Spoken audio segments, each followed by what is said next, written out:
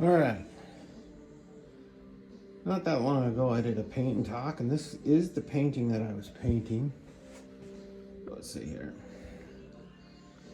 It's starting to take a little shape now, if you didn't notice. I'm trying to bring out individual stuff. It's got waves, it's got water. I still have other things to do. And it's been fun. Fun. And irritating, because all painting is irritating at some point to me still. But I'm a novice. Anyway, I did do a paint and talk earlier, and I may or may not be satisfied with that one, and I may never post it. So I wanted to very quickly, while you look at this painting and not me, which might be better for you, talk about what I talked about. I talked about two news stories, and I want to make this briefer than that paint and talks. 20 minutes, nobody finishes 20-minute videos. Unless they're like Joe Rogan or Bet David or, those guys, JP Sears, whoever. So what I wanted to talk about, two things.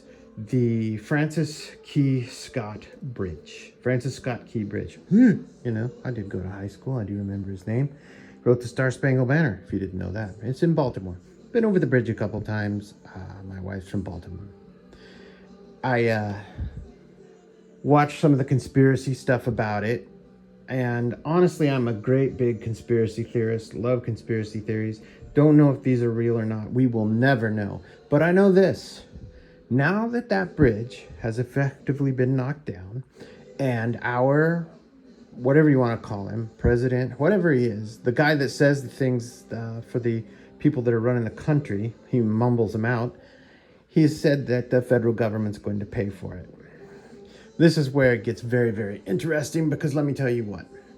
The federal government getting involved tells me that there will be no real investigation into this. There will be no timely rebuild. They said 5 to 7 years. With today's modern equipment and everything else, 5 to 7 years.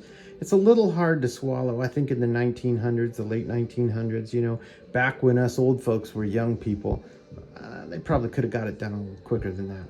But there will be no investigation. They'll never come out with the truth. You will never know. And they will do pay to play. And all their friends will get rich off of bidding off of this project.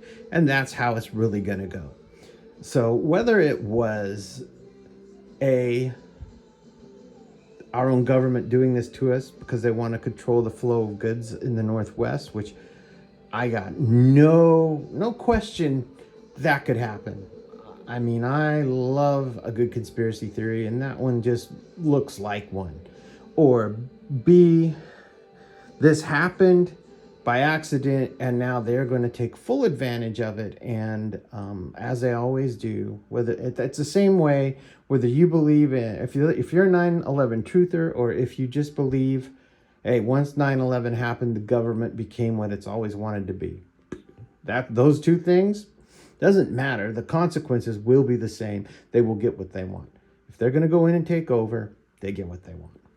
And an insurance company that should be paying off on a knockdown bridge doesn't have to pay because the federal government's paying. That means taxpayers are paying. Second thing, the FBI announced this week that they're on high alert for terrorist attacks, 9/11 styled, in churches and synagogues by Hamas. Don't let this keep you out of church, and let this be something you understand is they always show their hand. They are right now bringing the terrorist thing into the forefront. They're using Hamas because of what Hamas is doing. If it wasn't Hamas, it would be someone else. It's coming into the forefront, in my humble opinion, to continue to drag on. There probably will be terror attacks this year before the election. Rest assured, what they want to do is control the election, the flow of the election, and they want to make sure that by the time the election comes, they've got as many people staying home or early voting or mail-in voting or just not voting as possible. And if you don't believe in those kind of conspiracies, then you probably don't want to watch this video. It's going to be short, but I'm telling you right now, that's it. They're starting their long game. And it's going to be terrorism. That's a game they haven't played for a little while, but it's the card they're going to play this year, I think, for the election. They played COVID before. COVID was real. Don't ever call me. I did not deny COVID. I've had COVID-19 twice, and I just said it more times than I should on this video. But I'm going to tell you right now, this is the game. This is what's going to happen. And they're going to play it. They're going to try and scare us. Not to say that something isn't also going to happen, but go to church. And, you know, if I went to church and there was a terrorist attack and I died in church, I hope everybody that is alive after that knows I died a happy man and not to worry about it. And to go on understanding that, you know, that's the way it goes. Now, I don't believe that'll happen, but I do believe that it's a scare tactic. And how do you like this? How do you like this? I'm not done. I think that splash needs help. My mom will be here in May, and I'm going to enlist a lot of her help. Anyway, have a great weekend this coming weekend. Actually, today's only Thursday. I'll probably do a video tomorrow. And maybe I'll let you see my face. But anyway, love you guys. Talk to you later. Bye.